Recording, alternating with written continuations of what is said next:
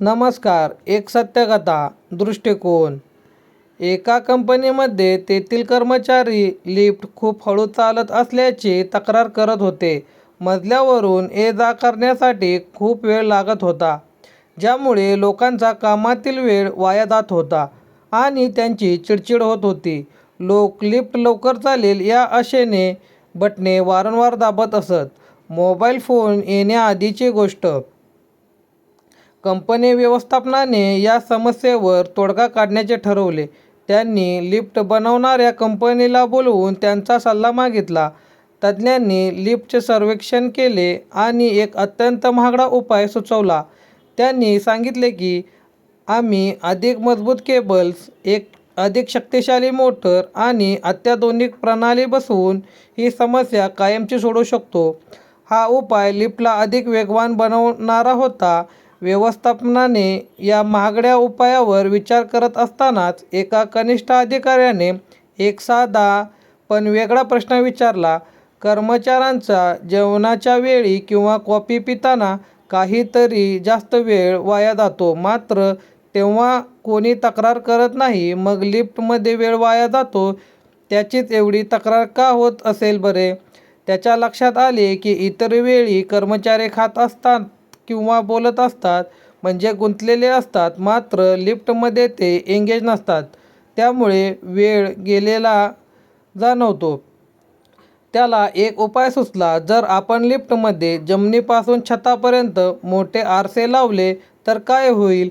जेणेकरून मजल्यावरून वर खाली जाताना कर्मचारी स्वतःला पाहू शकतील, आपले रूप न्याहाळू शकतील, केस किंवा कपडे व्यवस्थित करू शकतील.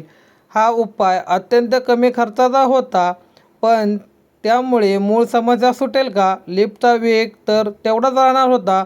आश्चर्य म्हणजे या उपायाने केवळ समस्येचे निराकरण झाले नाही, तर तक्रारी पूर्णपणे थांबल्या. एकदा लिफ्टमध्ये आरसे लावले गेल्यानंतर कोणीही तक्रार केली नाही. लिफ्टचा वेग पूर्वीइतकाच होता, पण लोकांचा अनुभव पूर्णपणे बदलला होता. आता लिफ्टमध्ये शिरल्यावर लोकांचे लक्ष किती वेळ लागतो या विचारावरून हटून स्वतःच्या प्रतिमेवर केंद्रित झाले. लोक स्वतःला आरशात पाहू लागले, आपले कपडे, केस व्यवस्थित करू लागले. त्यांना त्यांच्या अधीरतेवर आणि कंटाळ्यावर मात करण्याची काहीतरी करण्यासारखे मिळाले. त्यांचे मन दुसऱ्याच गोष्टीत गुंतल्यामुळे वेळेचा विचार मागे पडला. समस्या लिफ्टच्या वेगात नव्हतीच, तर लोकांच्या मानसिक अवस्थेत होती. समस्या वेळेची नव्हती, तर वेळेच्या जाणीवेची होती. कंपनीने लक्षणांवर उपचार करण्याऐवजी मूळ कारणांवर काम केले. आपणही आपल्या जीवनातील समस्यांचे विश्लेषण करताना हेच करायला हवे. जर तुमच्या कामाचा ताण जाणवत असेल, तर खरी समस्या जास्त काम आहे की तुमचे वेळेचे नियोजन चुकते? जर तुम्हाला एखाद्या व्यक्तीचा राग येत असेल, तर समस्या त्या व्यक्तीच्या वागण्यात आहे की तिच्याकडून असलेल्या अपेक्षांमध्ये? जेव्हा आपण खऱ्या समस्येच्या मुळाशी जातो, तेव्हाच आपल्याला आरशासारखा साधा पण प्रभावी उपाय सापडतो. आपल्या आयुष्यातही अनेक हळू चालणाऱ्या लिफ्ट्स असतात, जसे की करिअरमध्ये अपेक्षित प्रगती न मिळणे, नातेसंबंधात सुधारणा होण्यासाठी वेळ लागणे किंवा एखादे ध्येय साध्य होण्यास विलंब लागणे. या परिस्थितीत आपण अनेकदा बाह्य परिस्थितीला दोष देतो. माझा बॉस चांगला नाही, नशीब साथ देत नाही, परिस्थितीच बिकट आहे, अशा तक्रारी करतो. पण या लिफ्टच्या गोष्टीप्रमाणे खरी समस्या अनेकदा बाह्य जगात नसते, तर आपल्या दृष्टिकोनात असते. आपण समस्येकडे कसे पाहतो यावर सर्व काही अवलंबून असते.